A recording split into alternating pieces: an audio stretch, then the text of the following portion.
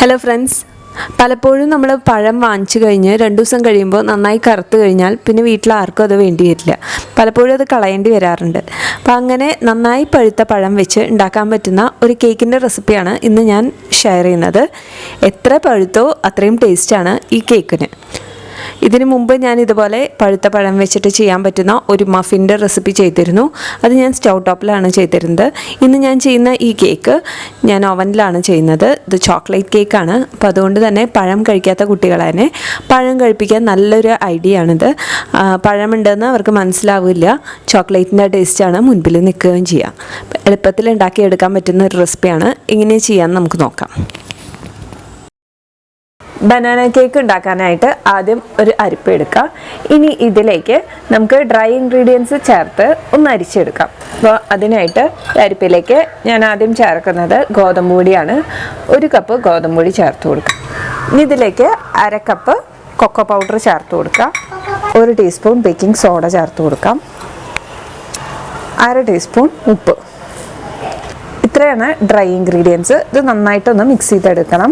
Mix ചെയ്ത് അരിച്ചെടുക്കണം. ഇതൊരു 3-4 പ്രാവശ്യമെങ്കിലും പറ്റുകയാണെങ്കിൽ അരിച്ചെടുത്താൽ നല്ലതാണ്. അപ്പോൾ കേക്ക് നല്ല സോഫ്റ്റായിട്ട് വരും. അതുകൊണ്ടാണ് ഞാൻ ഈ ബട്ടർ പേപ്പറിലേക്ക് അരിക്കുന്നത്. അപ്പോൾ കുറച്ചും കൂടി എളുപ്പമാണ് നമുക്ക് അരിച്ച് മാറ്റാനായിട്ട്.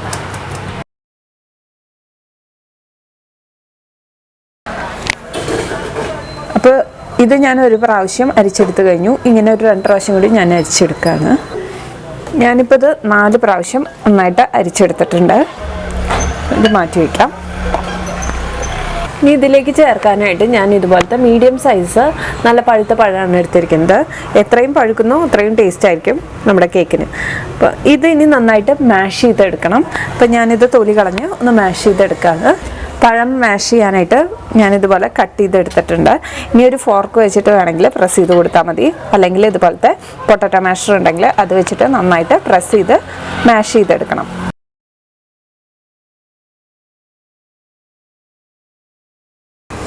ഞാനിപ്പോൾ ഇത് നന്നായിട്ട് മാഷ് ചെയ്തെടുത്തിട്ടുണ്ട്. ഇതുപോലെ മാഷ് ചെയ്തെടുക്കണം.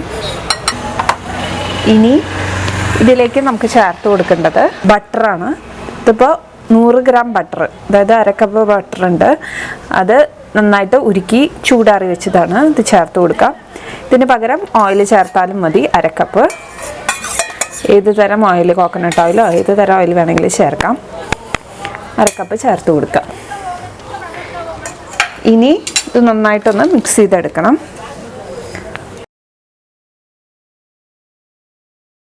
ഒരു മുട്ട ചേർത്ത് കൊടുക്കാം. 1 ടീസ്പൂൺ വാനില എസൻസ് ചേർക്കാം. മുട്ട ചേർക്കുന്നതിലൊക്കെ വാനില എസൻസ് ചേർക്കുന്നത് നല്ലതാണ്. അല്ലെങ്കിൽ മുട്ടയുടെ ആ സ്മെല്ല് ഭയങ്കരമായിട്ട് ഉണ്ടാവും കേക്കിൽ. അത് മാറാനാണ് നമ്മൾ വാനില എസൻസ് ചേർക്കണേ. നന്നായിട്ട് ഇതുപോലെ മിക്സ് ചെയ്തെടുക്കാം. ഇപ്പോൾ നന്നായിട്ട് മിക്സായി വന്നിട്ടുണ്ട്.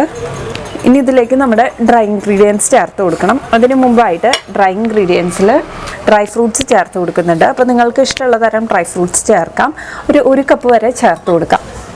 ഞാൻ കുറച്ച് ആൽമണ്ട്സും അതുപോലെ തന്നെ റേസിൻസും അതിൻ്റെ കൂടെ കുറച്ച് കട്ട് ചെയ്ത ഡാർക്ക് ചോക്ലേറ്റും എടുത്തിട്ടുണ്ട്.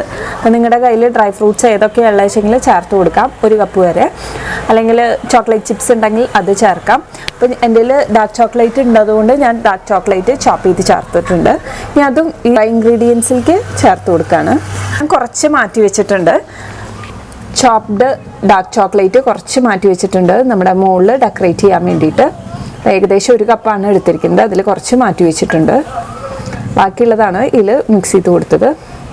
നമ്മൾ ഡ്രൈ ഫ്രൂട്ട്സ് ഇതുപോലെ ഡ്രൈ ഇൻഗ്രീഡിയൻസിൽ മിക്സ് ചെയ്തില്ലെങ്കിൽ നമ്മുടെ കേക്കിൽ അത് താഴെ പോയി കിടക്കും. അപ്പോൾ അത് ഒഴിവാക്കാൻ വേണ്ടിയിട്ടാണ് ഇതുപോലെ മിക്സ് ചെയ്ത് കൊടുക്കുന്നത്. നന്നായി മിക്സ് ചെയ്തെടുത്തതിന് ശേഷം വേണം നമ്മളിത് വെറ്റ് ഇൻഗ്രീഡിയൻസിലേക്ക് ചേർത്ത് കൊടുക്കാൻ. അപ്പോൾ നന്നായിട്ട് മിക്സ് ആയിട്ടുണ്ട്. ഇനി ഇത് നമുക്കിതിലേക്ക് ചേർത്ത് കൊടുക്കാം. ഇലക്ട്രിക് ബ്ലെൻഡർ ഉണ്ടൊരു വേണമെങ്കിൽ ഇലക്ട്രിക് ബ്ലെൻഡർ കൊണ്ട് മിക്സ് ചെയ്തെടുക്കാം. അല്ലെങ്കിൽ തവി വെച്ചിട്ടും നല്ല ഇതുപോലെ നന്നായിട്ട് കുറേശ്ശെ ഡ്രൈ മിക്സ് ഇട്ടിട്ട് മിക്സ് ചെയ്തെടുത്താൽ മതി.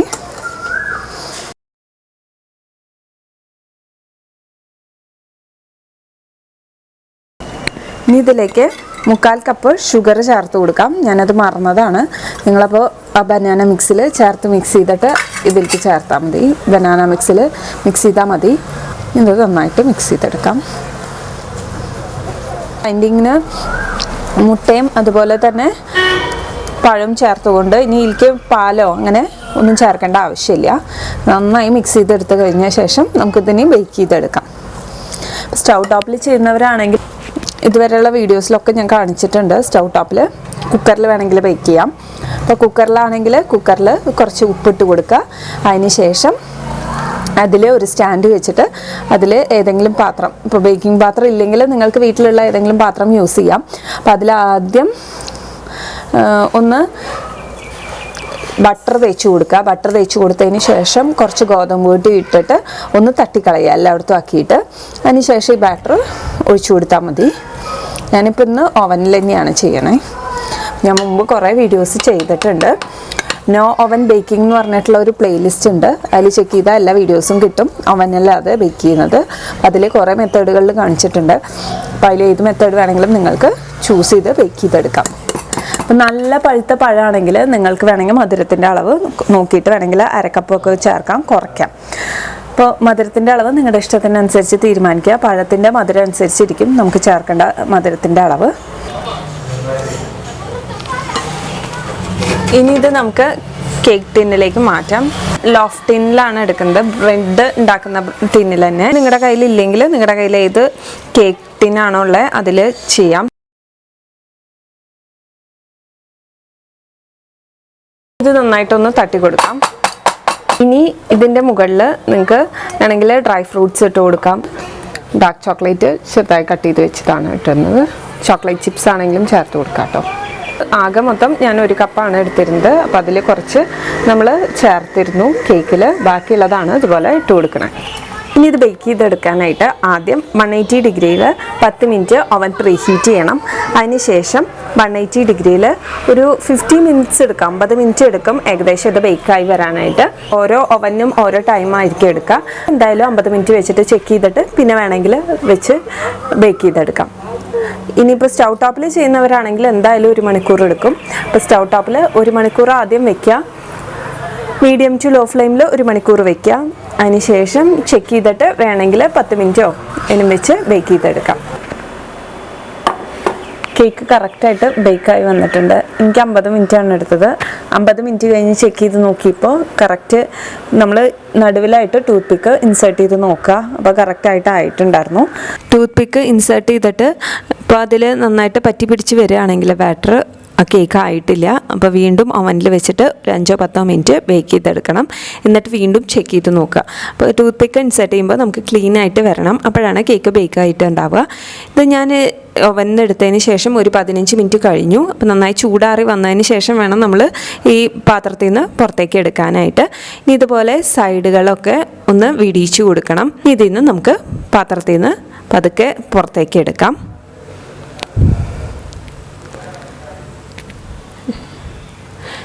ഇനി ഈ ബട്ടർ പേപ്പർ നമുക്ക് മാറ്റി കൊടുക്കാം. കണ്ടില്ലേ, ബാക്കിലൊക്കെ നല്ല കളറായിട്ട് വന്നിട്ടുണ്ട്. നമ്മളിത് കട്ട് ചെയ്യുന്നതിന് മുമ്പ് കേക്ക് നന്നായി ചൂടാറിയതിന് ശേഷം വേണം നമ്മളിത് കട്ട് ചെയ്യാനായിട്ട്. അല്ലെങ്കിൽ ഇത് കട്ട് ചെയ്യുമ്പോൾ ആകെ പൊടിഞ്ഞു പോവും. അപ്പോൾ അതൊന്ന് ശ്രദ്ധിക്കണം. നമുക്ക് കട്ട് ചെയ്തെടുക്കാം. ഇനിയിപ്പോൾ കേക്ക് ഒന്നും കൂടിയും സോഫ്റ്റ് ആക്കണം എന്നുള്ളവർക്കാണെങ്കിൽ ഞാൻ ബനാന ഇതിൽ മാഷ് ചെയ്തിട്ടാണ് ചേർത്തത്. അപ്പോൾ നിങ്ങൾക്ക് വേണമെങ്കിൽ മിക്സിയുടെ ജാറിലിട്ട് നന്നായിട്ട് പേസ്റ്റ് പോലെ അരച്ചിട്ട് ചേർക്കാം. അപ്പോൾ കേക്ക് കുറച്ചും കൂടിയും സോഫ്റ്റായിട്ട് കിട്ടും. ഇതിന് ഫ്രിഡ്ജിൽ വെക്കേണ്ട ആവശ്യമൊന്നുമില്ല. നമുക്ക് റൂം ടെമ്പറേച്ചറിൽ തന്നെ വെച്ചാൽ മതി. ഇതിപ്പോൾ കണ്ടില്ലേ, അത്യാവശ്യം സോഫ്റ്റാണ്. ഇനി വേണമെന്നുള്ളവർക്കാണെങ്കിൽ പഴം അരച്ച് ചേർത്താലും മതി. ഇതൊരു 3-4 ദിവസം വരെ കേടാവാതെ ഇരുന്നോളും. എയർ ടൈറ്റ് കണ്ടെയ്നറിൽ അടച്ചു വെച്ചാലും മതി. അപ്പോൾ ഇത് കുട്ടികൾക്കൊക്കെ കൊടുക്കാൻ പറ്റിയ ഒരു സ്നാക്കാണ്. ചോക്ലേറ്റ് കേക്കാണെന്ന് പറഞ്ഞാൽ അവർ കഴിച്ചോളും. പഴമൊന്നും ഉണ്ടെന്ന് ആർക്കും മനസ്സിലാവില്ല.